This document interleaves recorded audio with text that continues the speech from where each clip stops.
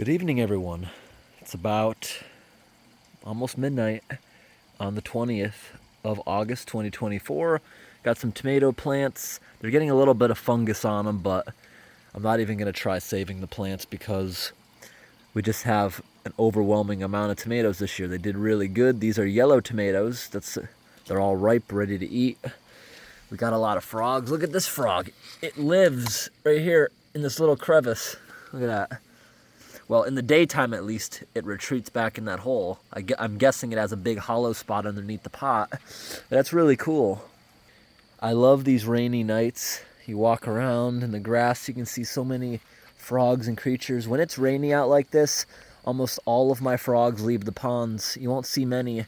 This big one over here didn't leave because he ate a mouse earlier this week. He doesn't need food. They go out hunting every time it's very rainy out. I don't know if you can tell, but it's misting. Look at that when I put the camera light here.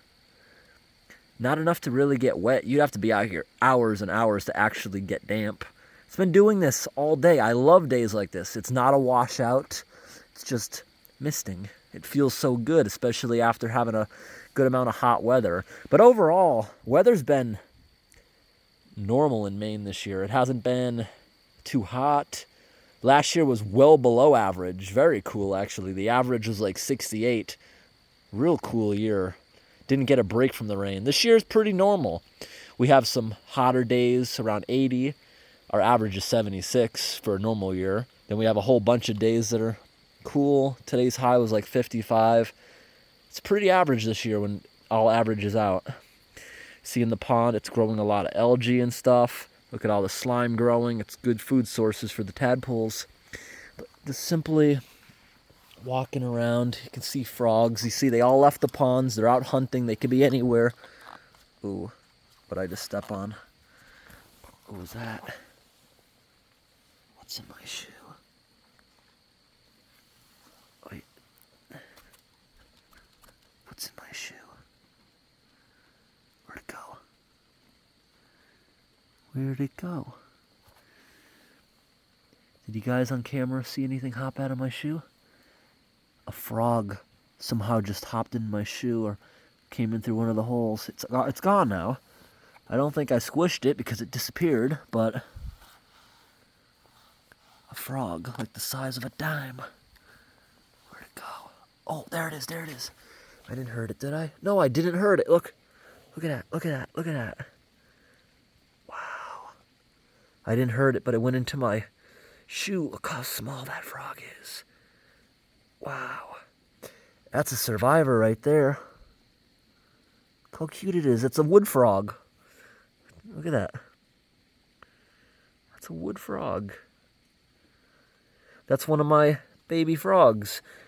Okay, he made a good choice to escape on a rainy night when all the big frogs are gone, because most of the frogs I raised over the past few years are wood frogs. This year, the green frogs moved in. I didn't put them here. They just showed up because they like my yard. They're everywhere. And they eat these guys as they come out of the water. But now they're all out hunting, so this guy has a chance to escape.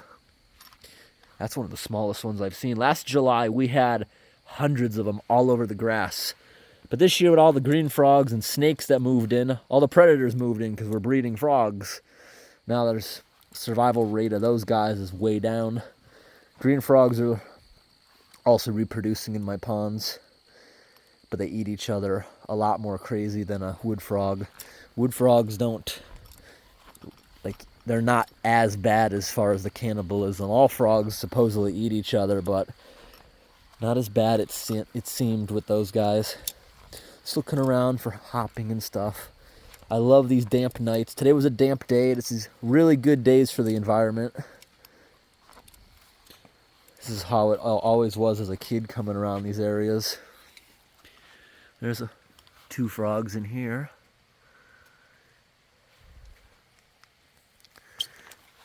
More tadpoles. More froglets ready to come out. Yeah, the weather's really nice when it's like this. It's not that cold. It's just nice. So now we're gonna go off into the forest. You see all this right here? We just passed my trash. Whoa! I scared myself right there. But anyways, you see this big flat area through all my ferns? That's where the bear dragged one of our garbage cans out. I always put ammonia in my trash bags because it deters the big bear from... Wait a second.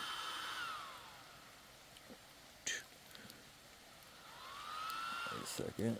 I'm just trying to get this on the highest setting without the cooling fan going, which is 10,000 lumens. There we go. So, ammonia works awesome for keeping bears out of the garbage because they get a whiff of that and they're gone. This time I put an entire container of ammonia in there and it didn't even work. I bought it from the Dollar Tree. Compared to Walmart's ammonia, the Dollar Tree ammonia, it's the same size container, and I was like, wow, it's only $1.25. Compared to Walmart, I think it's just slightly more. But by saving pennies, it's watered down. It doesn't even have that potent smell. So, no more dollar store ammonia, at least. River's running a bit high, but it's perfect, the flow. It's really nice. It's not flooding. When it rains hard, this thing turns brown because of all the logging roads around here that this comes from. But it has to rain really hard because if it's just drizzling like this, the water's crystal clear, and I'll show you why. It filters so nicely. Now we're going to go off trail now. I want to show you, and at the same time we'll look around for frogs and stuff. Anything that might be moving around. Got a big slug down there. They actually don't like heavy rain. They like it damp, but they don't like the heavy rain. See right here, some kind of trail, something maybe the bear was walking through here. I see a bunch of moths, some spider webs.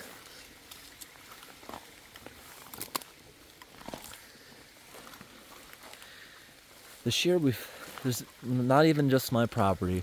We always have the bear every now and then, but in general this year I've seen lots and lots of bears. See the creek here? Look at all this peat, there's peat moss everywhere.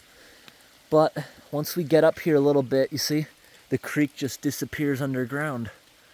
If I walk up a little bit, it comes back out. But it's kind of overgrown now, but at least in the winter, over here's where I camped. If you remember that video, underneath this uprooted tree. Went camping there a year ago. It's a lot of trees falling over. If this wasn't so overgrown, I'd be able to walk to the start of this stream in like less than 10 minutes. It just disappears into nowhere. In order for the dirt road stuff to get here, it has to be flooding actually from the dirt road. But it filters through all the moss when it's running really light like this. Here's the stream again, crystal clear water. Used to use that for drinking all the time.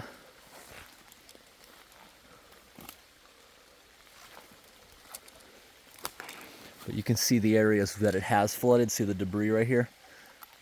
You can tell where it has flooded. The stream, on occasion, I've seen my little bridges there go underwater. Never swept away. I didn't build those bridges. They were already there. So if we walk up a little bit, we'll follow this to the beginning of the line. At night like this, when it's raining, there's lots of dripping. You can't really hear anything walking if there were something around, unless sticks were breaking. This area here, see a little bit of the grass is pushed over. It sometimes slightly floods. Look at this tree fell over recently. Right here is actually where I went camping. The video titled Camping in a Hot Tent with a Stream Inside the Tent. I set the hot tent up here with enough space to sleep, but the tent was over the stream, so I could use it for washing, boiling water from it, and drinking it. Because it's crystal clear spring water, unless it's been rainy out. But you see the stream gets considerably smaller very quickly. This stream doesn't have much, honestly. It probably only goes a couple 100 feet from start to end. Starts out of nothing as a spring. See right here's also areas where water sometimes trickles when it floods. You can tell this. But the stream now, completely underground. I can actually hear a muffled echo of it because it's under the ground right here, which is really cool. There it is. More little areas of it. Look at that. You can hear gurgling underneath the ground. Look, it's underneath these trees. Right here you can see when the river gets high, you see these areas where it's disturbed. Rapids go in flow. You can hear the gurgling now, it going underground. But when it flows heavier, it can't fit underground. This is really cool. So people ask me all the time, do you get scared when you're walking in the woods like this at night all by yourself? Look how dark and scary it is. What if your light died? This light's fully charged and I got my phone on me. I could use that light if I had to get back. Also, as far as the bears, they don't really want to bother you. They can be out any time of day. Oh, look, it's trickling water down in this hole. A bear can be out any time of day, but it's unlikely to ever bother you unless it has a cub. But they'll usually hear you coming. Like I'm talking out here, it's not gonna come near me. Listen to all that gurgling. But you can't hear anything. I mean, you can't see anything except right there. Lots of gurgling underneath these big boulders. Hear that between all the rocks? I should come up here when it's actually flowing heavily. This would probably be a nice waterfall. But this is so cool. It comes out for a little bit, crystal clear water, goes back in. It's filtering through all this moss. This water is actually really pure.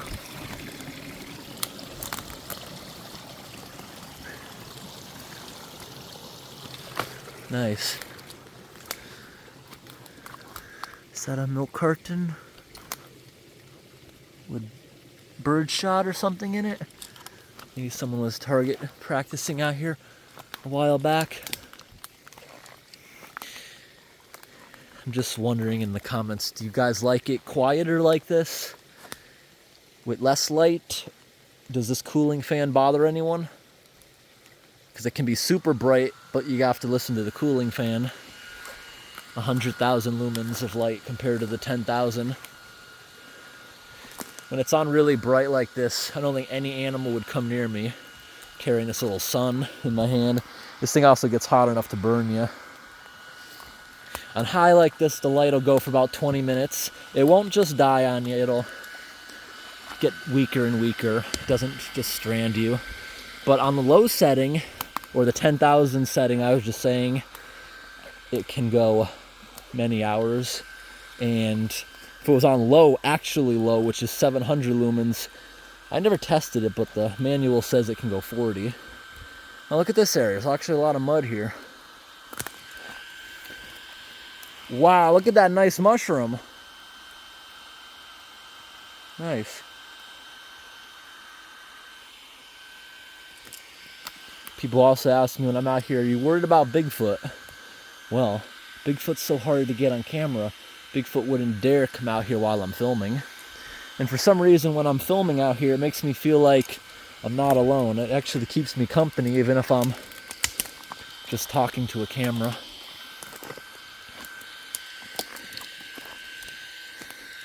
Alright, we're going to turn around now. That stream actually goes for like 500 feet, like I said. But I'm not going to follow it all the way now.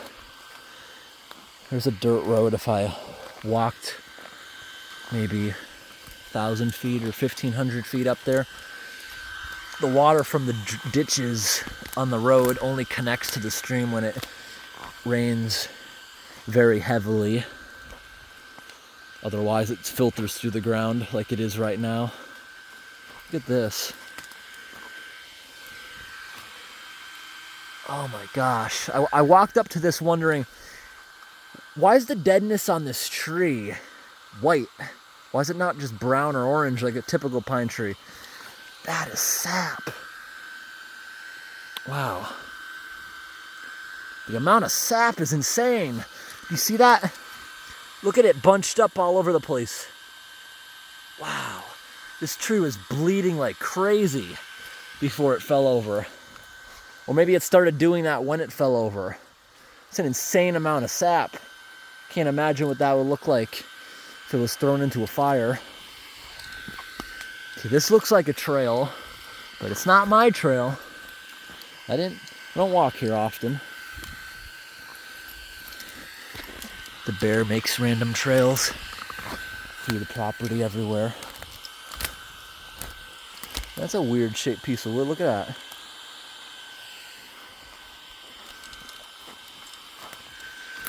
I used to think when I was walking out in the woods that it was a single coyote. I'd hear these, ooh, but it was actually an owl. Didn't know that for the longest time, because owls sometimes make the noise, ooh, ooh, ooh, ooh, ooh, ooh. I know that, but they made a different noise. This is the corner of the property here. I don't own this area where the stream is. It's part of the logging company. But now that we're back into my area, this is actually my trail here. That circles the property for access. Right here. Ooh, spider webs. Just walk through them and the spider will drop on its own. So that stream, as it gets bigger, actually the biggest part of the stream just slightly kisses the property before it leads into a pond. So technically, a small portion of it's on the property.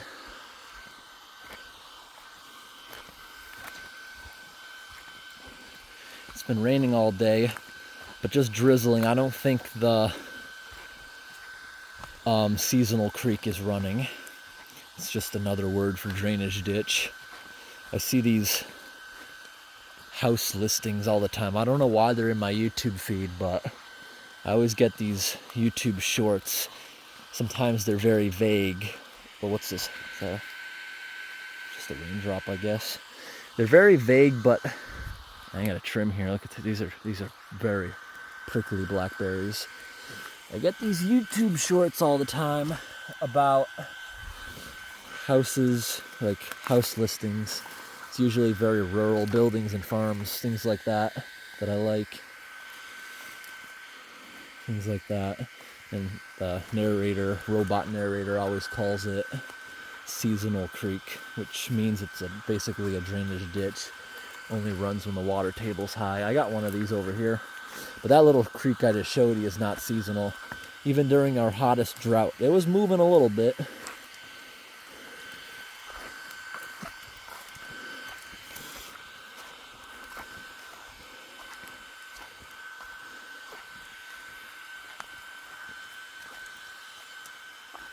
One of these days I'm gonna get spooked on camera by something out here. A lot of animals out here don't really have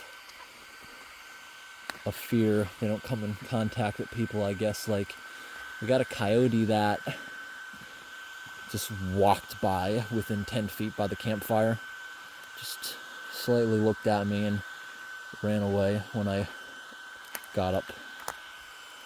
Had no problem coming near me. And we got this camera here we check every so often because we got bears walking back and forth out here all the time in this area. When I say all the time, it passes by maybe once a week or so.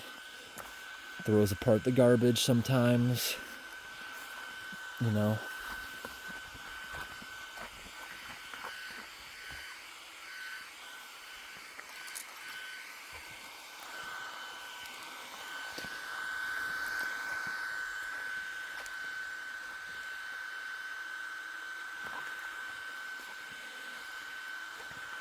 Hopefully this flashlight's doing okay. It's just misting, it's not actually getting wet. It's just starting to make a little vibration as it runs. If it lasts me a few years, it'll be worth it for filming nighttime vlogs. They supposedly make one that's even bigger, that's 5,000 lumens. Can't imagine how heavy that thing would be.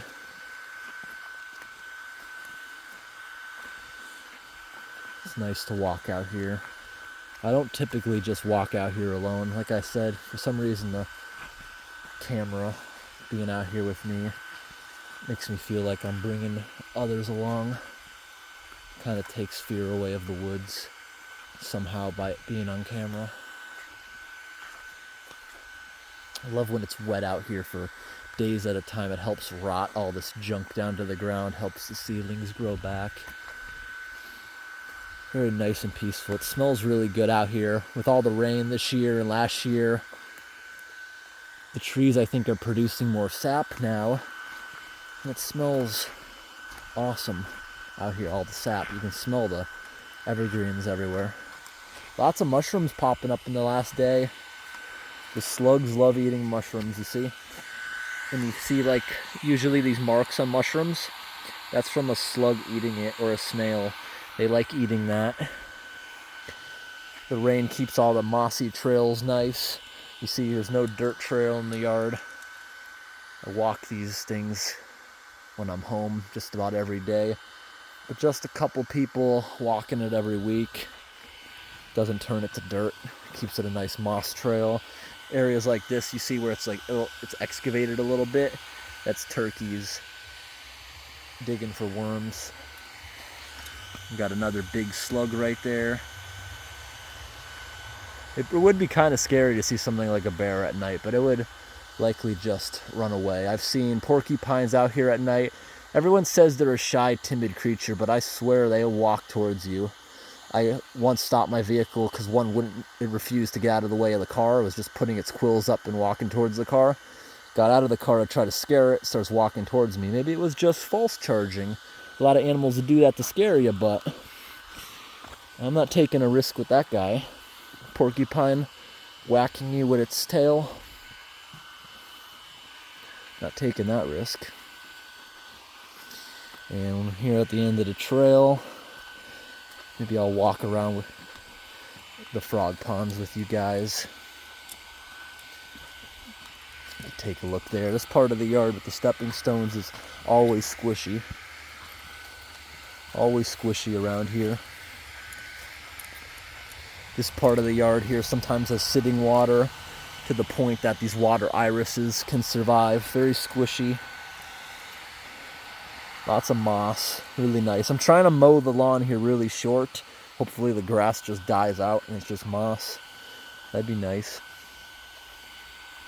I don't know what you call these wildflowers here. Does anyone know by the leaves? It's not the toilet paper plant, but it has these big stalks with pink flowers. I didn't plant them here. I just seen what they do in neighboring areas. This area is a bit sandy, but this mint is pretty invasive. It actually does good around here. Have some kind of nice pink flower here. Mint is very invasive, but you know what I did learn? These mint, it's all connected by runners underground. And I had a bunch of this that was kind of like snuffing out my other garden. I had a bunch of sedum plants, a bunch of hostas, but I wanted this stuff gone. It has runners. It's almost impossible to get rid of. So what I did was I sprayed Roundup on the leaves. Got to wear a mask when you use it, but I sprayed it on the leaves of the ones that weren't near the hostas. It must have gone down through the whole system, killed everything out, and it left all the other plants alone. Worked really good for that purpose. My cactus plant has a lot of growth. Hopefully it'll flower next year. Rhubarb is doing really good. It even dropped some seeds from this stalk. These are all wildflowers I planted. Over here at the frog pond. Oh, there's a frog. But I don't expect to see too many of them because they're all out hunting. They leave the pond when it's dreary like this. Look at that. I hope we get a flower next year. The lily pads are doing good. Water's not that foggy. Sometimes it's so nasty, like last year with all the tadpoles. But now that we got these frogs, not as many tadpoles. We don't have to clean the pond as often. Now its own biological cycles basically doing it. Usually we'll put a garden hose in the basement, some pump pit, and it comes out of here. But When it's rainy like this, there's always water going in, leaving through the drain on the other side, which is pretty grown in, but there's a filter there so fish can't swim out the drain on the other side. But awesome. There are a lot of fish in here. You see them? They're called creek chub, and they can get up to 6 inches. There's a couple monsters in there. We accidentally brought one with the tadpoles, and now there's probably 50 of these little guys in here. I'm sure the frogs are eating them. They don't get very big, and it's kind of cool to have the fish in here. Everything balanced itself out into a nice ecosystem, so we're not overrun by frogs. They're now controlled by snakes and bigger frogs. We're not going to visit the other ponds because it turns out most of the frogs are gone anyways. Take a look at all these. They're a little bit past peak, but they're about to drop seeds. In another week, once they drop their seeds, I'll mow them over. Then they'll come up again. I don't mow the area where the nice wildflowers come up until they're already bloomed. I also have areas in the yard with daisies, Indian paintbrushes. Like these are Indian paintbrushes, these little things. You see, I can mow them over without hurting them, except when they're ready to flower, I stop mowing the area. And it's a huge, beautiful area. Same with the dandelions, even though they're invasive. They're pretty. They don't seem to be as invasive up north like when I lived in Massachusetts. The chives took off like crazy, awesome. All my berry bushes, this big crushed area, the bear's always sitting in there. Stole all the raspberries, we didn't really get any. Well, I hope today's video was interesting, everyone. Thanks for watching, and have a great day.